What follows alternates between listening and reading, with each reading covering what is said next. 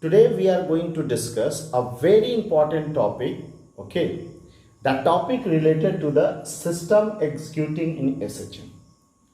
Keep in mind this topic, why it is important, because the one board question coming to this particular topic, not only that one, the sometime your external may ask the question from this chapter also, right? So this one is a very important. So we are going to start here, and name of the chapter is simple pendulum. Simple pendulum. Okay. So what is the meaning of simple pendulum? So basically try to understand that a simple pendulum is a combination. What the combination is? It is a combination of thread and the bob hanging with that one rigid place, right? If these things are there, then it is called pendulum. This one is the rigid place. Rigid place means if you apply the mass, or if you apply the force, if you apply the pressure, then it will not come down. It will be a fixed, rigid, okay? And this one is called string. This one called string, okay? This string have some properties. What are the properties? The three major properties. The first is it must be a flexible. Flexible means whatever the shape you want to give, it will gain that and not return to in that shape, the previous shape. So that's why it is called flexible. Now come to that another point. The another properties is the massless. See, in the physics, because the mass is a fundamental property, so I cannot say that the thread have the zero mass, but as possible as make it zero, near to the zero. So that's why I am using the word, the thread. Second properties is what? That massless. Third properties is extensible. Now what is the meaning of extensible? Means suppose if I am giving the mass just bottom of this thread or the string, then the length of this one will not increase. Or if I am applying the force and this pendulum start to move, in that time when it moving or when we are applying the force, that time the length of this one will not increase or decrease. Understand? Means once the thread length is fixed, for any circumstances that length is not going to be changed, and at that case that is called inextensible. So three properties of the thread. First, what is that the properties? Flexible. Second, that is a massless, and third one is inextensible. Now come to that last one. It is called bob. It is called bob.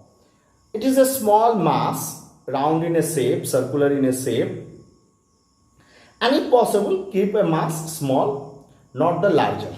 So it is a mass, those mass that will not break this thread, okay? The mass that when we hang, then the one tension will come in a thread, that's all.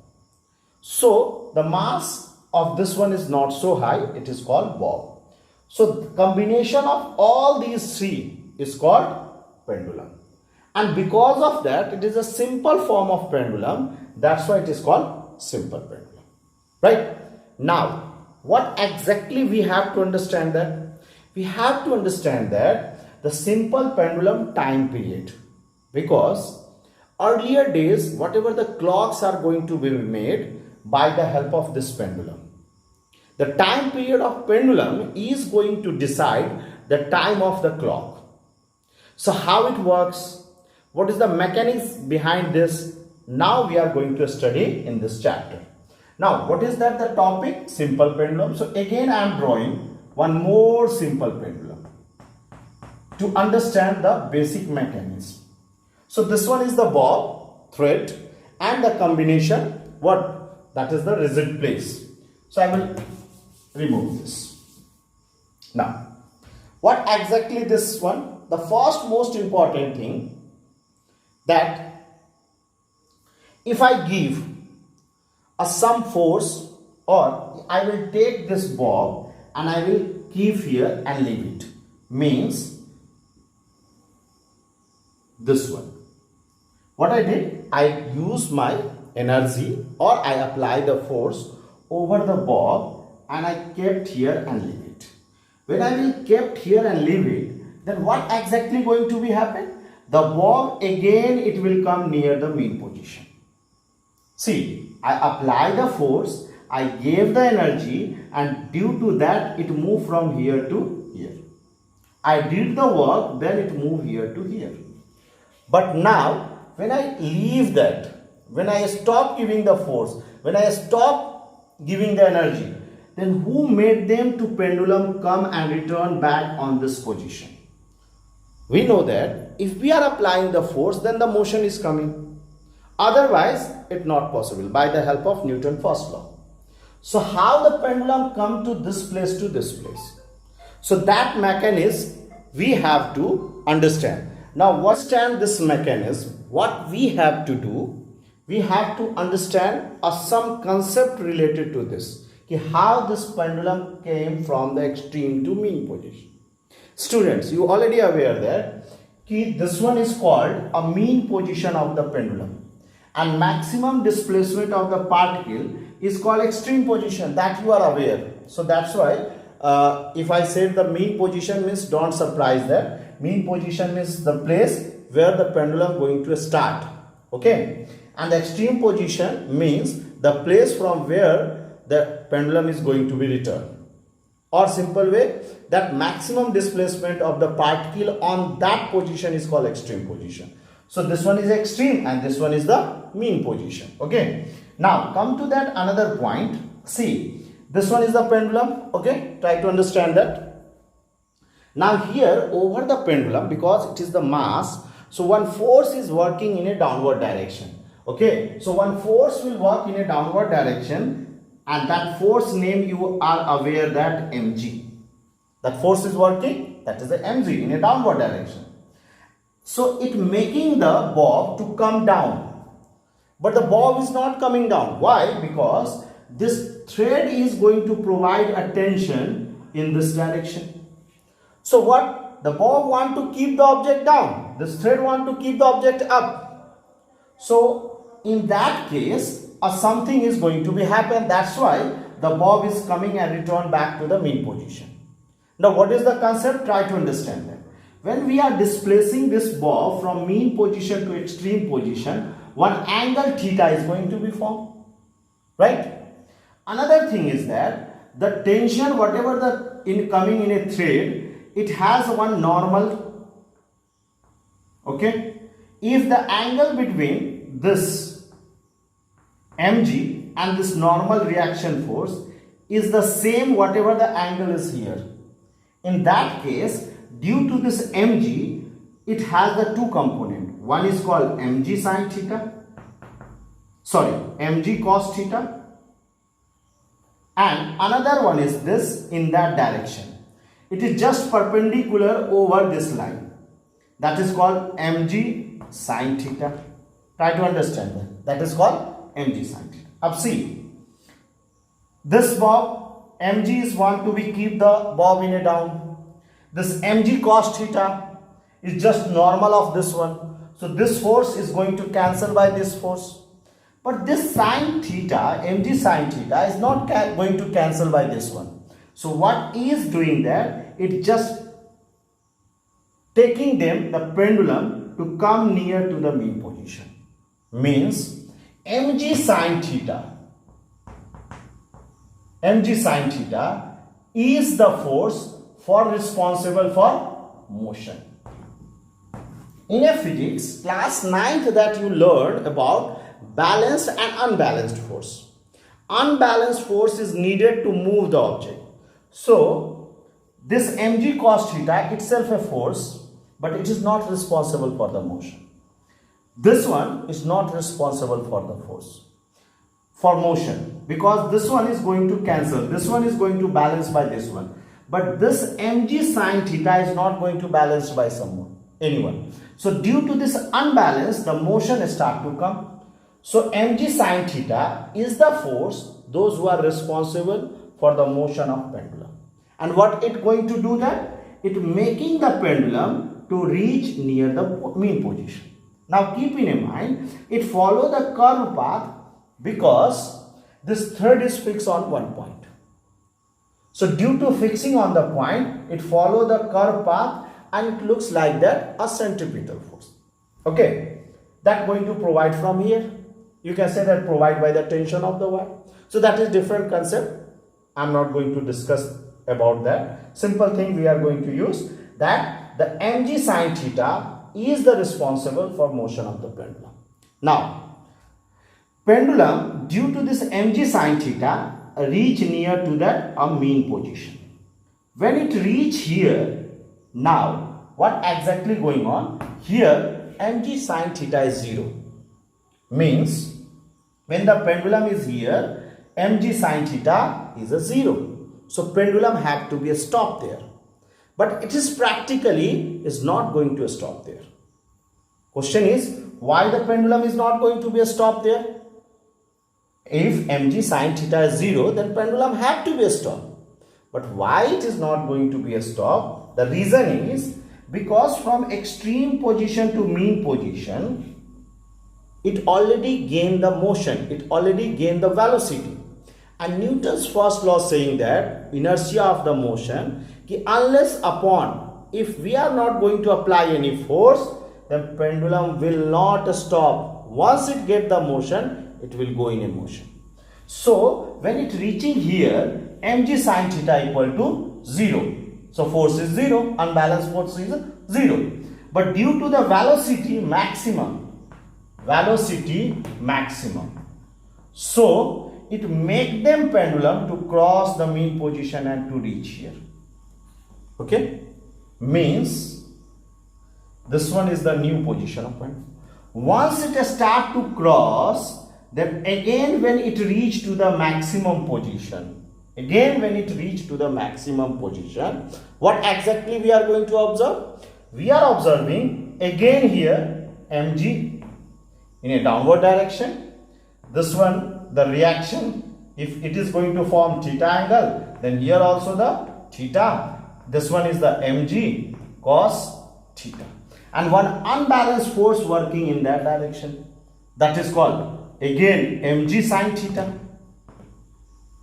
Keep in mind, again this unbalanced force. And what is the work of this unbalanced force? Keep the pendulum again near to the mean position. Keep the pendulum again near to the mean position. What we understand the meaning of this one? Meaning of this one is a very clear. The motion of the pendulum is responsible by the two object. Not object. The two physical component is the responsible. One is the force provided by the mg sin theta to keeping extreme to mean. The work of mg sin theta to keep the pendulum extreme to mean position and then over. Now, law of inertia of motion is not going to stop them pendulum here. They keep the pendulum again from where? Mean to extreme. So, moving of the pendulum on a curve path or any path it going to be followed, it depends upon two things. The first mg sin theta and another one is the velocity. Okay, these two are the major component to keeping the object to move on such a way. So I think you understand what is the reason, what is the cause behind it for the motion. Everyone understand? Then we will go for the another concept related to this one.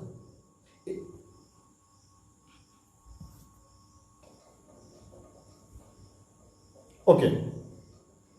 So students, we already understand this pendulum have the oscillatory motion.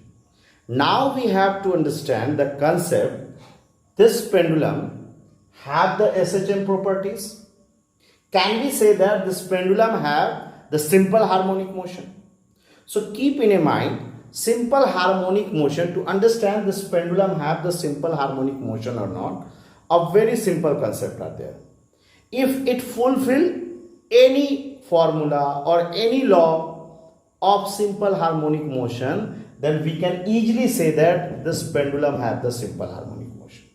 So our next duty, or you can say that our next explanation related to this, that the simple pendulum have the SHM or not. It is in the SHM or not. So very simple thing means who making that the pendulum to come extreme to main position, that is a force, and that force is what? Mg sine theta, that is. And what is the direction of this mg sine theta? That is a minus. Why I wrote this minus? Because when it going away from the mean position, going to increase. And what is the work? To keep them on mean position. When it coming to near the mean position, slowly it will going to decrease. Because the theta value is going to decrease. When they are coming on the mean position, theta become a 0. That mg sine theta is a 0. So that's why I mention here negative sign. Negative sign means it shows the force working in the opposite direction. Magnitude of force is going to be increased when going away from the mean position.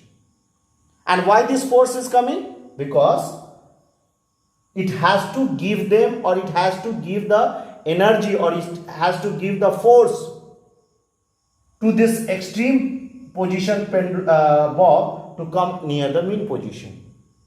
But when it coming near mean position, the Fg is 0. So that's why this minus is just talk about the negative sign. Okay. The magnitude and the direction is that in a opposite direction. Clear? When the magnitude will increase, the direction is going to be in a opposite direction. Means the extreme position increasing magnitude, but because of that it is going away from the mean position. That's why minus. Clear? Okay. Now think that for small second, this F means what? F means mass into acceleration. So I can write mg sine theta. We can write or not? We can write definitely. Now m cancel. So what we are going to get? A equal to minus g sine theta. We can get it easily. Okay. Now another important thing, this theta, this pendulum, this theta must you have to keep a very small, or let if the theta is very small, if theta is very small, or this concept you can use when the theta is small. In that case, theta equal to sine theta equal to tan theta. You can write like that if the theta is a very small. Another thing is that I will do one thing. I will cut this portion. Okay. I will do one thing. I will cut this portion. If the theta is a small, then it somewhat looks like that. Somewhat looks like that. So if here the theta, whatever the small angle is there, then the sine theta, the front of this one is the perpendicular. This one is that called hypotenuse, and this one is that base. Okay. So in that case, the sine theta equal to what?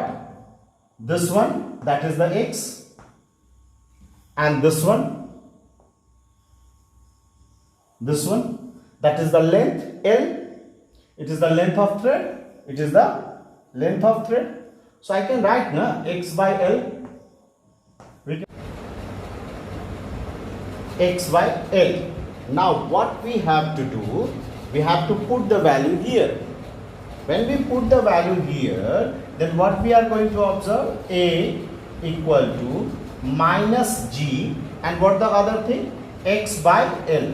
For what place? For the place of sine theta, when the theta value is what? Small. Now we wrote here. Now somewhat arrangement I will do. I can write in this way. Can I write? Just try to understand that. I can write this one. What? X by A equal to minus G by L. Can we write? No. we have to write like that, sorry, minus L by Z we can write. X by A equal to minus L by, see the X came here, so G by L, now X goes up, so L goes up and Z goes down, so we can write like that. So this one is the one result for us. Now if I will ask you what is the time period, okay, in a SHM, if the object have the simple harmonic motion, then what is the time period? So you already know that what you already know that time period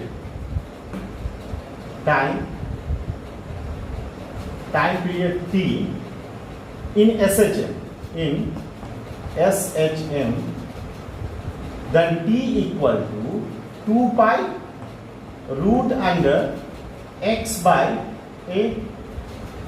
You know that this formula you already learned. A time period in SHM, T equal to 2 pi root under X by A. Now here X by A is there. So if I will put the value X by A there, because here X by A is there, na? And from where this X by A came? It came from this pendulum equation. It came from this mg sin theta. So by keeping this time period is equal to this, so I can say that this pendulum have the SHM. See, it is the time period of what? Time period of a particle, those who are moving in a SHM. Now, if you see the T equal to 2 pi X by A, so here also the X by A is there. So if I will write the time period of T of this pendulum, so 2 pi is the constant, okay, 2 pi is the constant, and X by A is there. So I can say that this pendulum have the simple harmonic motion. Then if it is in a simple harmonic motion, means all concepts are applicable here. Now the modified form of this one is the one formula for the pendulum, but modified form of this for pendulum formula is root under X by A. In place of X by A, we will write L by Z. See, this minus is don't have any use of there, so minus we will leave because it is for the direction, and here it's not needed. So I can write L by G. Try to understand that. So the time period, this one is the what? This one is the time period of the pendulum, those who are executing in a SHM. Understand?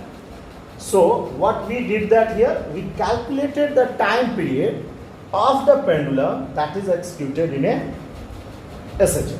Now if you go through this formula, that is the time period of simple pendulum, then in this formula the mass is not there.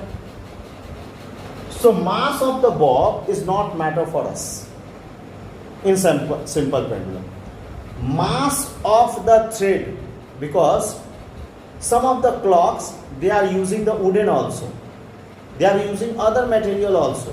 So mass of that one is not going to use, it is a useless for the time period, right? The mattering thing is length and gravitational acceleration. If these two will increase and decrease, then the time period will increase and decrease. How? Simple example we are taking. Suppose this pendulum thread is this much. If I will increase the thread, then the time period will increase. Okay, time period means what? The pendulum from mean position to extreme position, again extreme position to mean position, again this side extreme, and again return. So time taken to complete one cycle is called time period. Okay, so if the length is this one, and for that it taking 1 second time to complete one oscillation. If I will thread, if the length of the thread will increase, then what? This T value now not the 1 second, it will increase because length of thread increase, and that we are understanding with this formula, right? It will decrease. Time period will decrease. It will increase. So length is responsible for the time period in a what? In a simple pendulum. Now come to the another important point that this small g for over the earth in normal flat surface like what the area you are, it is not matter that where you are, this g will not change. But if the height will increase, if altitude and other thing, if the height going to be increased, then g may affect. If you are going on mountain, then the g will change. If you are going on the moon, then the time period of the pendulum will change, because this g is vary for that. But in normal cases, g is more or less always constant. So what is the responsible for the time period changing in a time period, and who is most dependent term for the time period? That is the length. Length is the one of the effective form for responsible for time period. So everyone I think understand that. I explained about the pendulum, how the pendulum works. Not only that one, the pendulum time period I calculated. Not only that one, the time period depends upon, keep in mind, not depend on mass, not depend upon anything. It depends only on the length. G, it depends upon G, but for any specific reason that we will understand. And I think you also understand that where the G is vary. If the G is vary, then the time period also going to vary. If you are going on the what I am showing Mount Everest, or if you are going on the moon, that time the G value will change. So in that case, the pendulum time period. If you are doing the experiment in a lab, or if you are doing this experiment at home, then the G is constant for you. So G is constant, only the length is responsible. I think you understand. Now, another thing is that we have to understand, what we have to understand about this whole concept, how the clock is working. Suppose what I did that, I kept the one point like that, and I hang the pendulum just beside of the pendulum. Up now, what exactly going to be happen?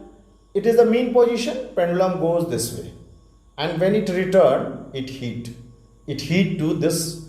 It heat. When it return, it heat. When it heat, this clock will go for 1 second. Now again it will go this way and return and heat. Return and heat. When heat, then again it will go 1 second.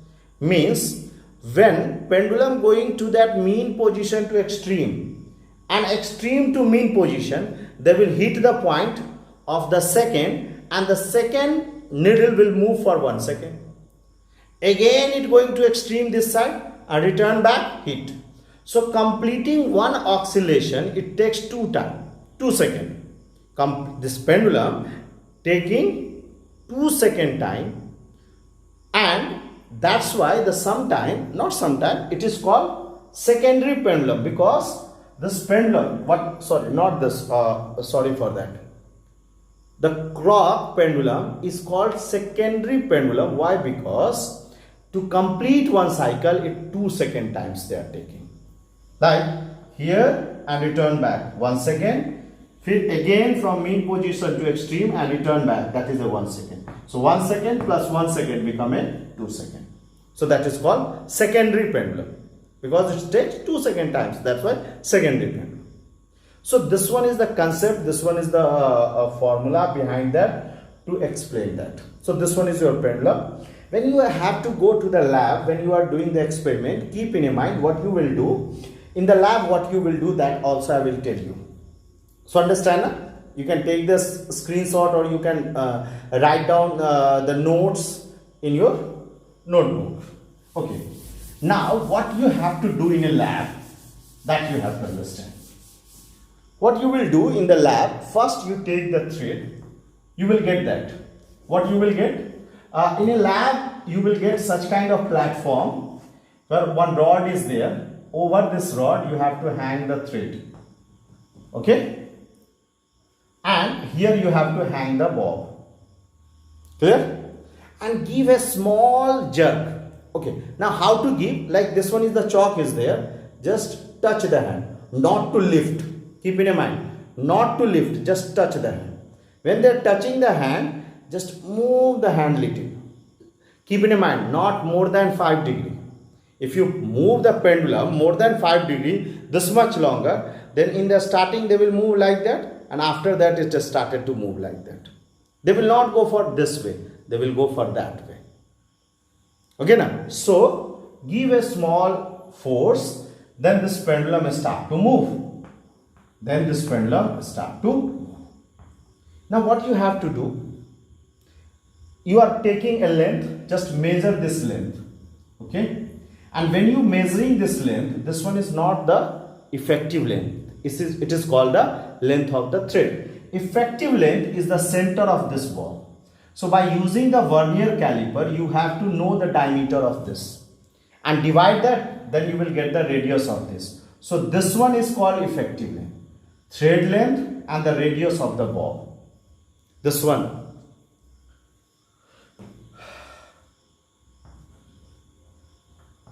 Length of a string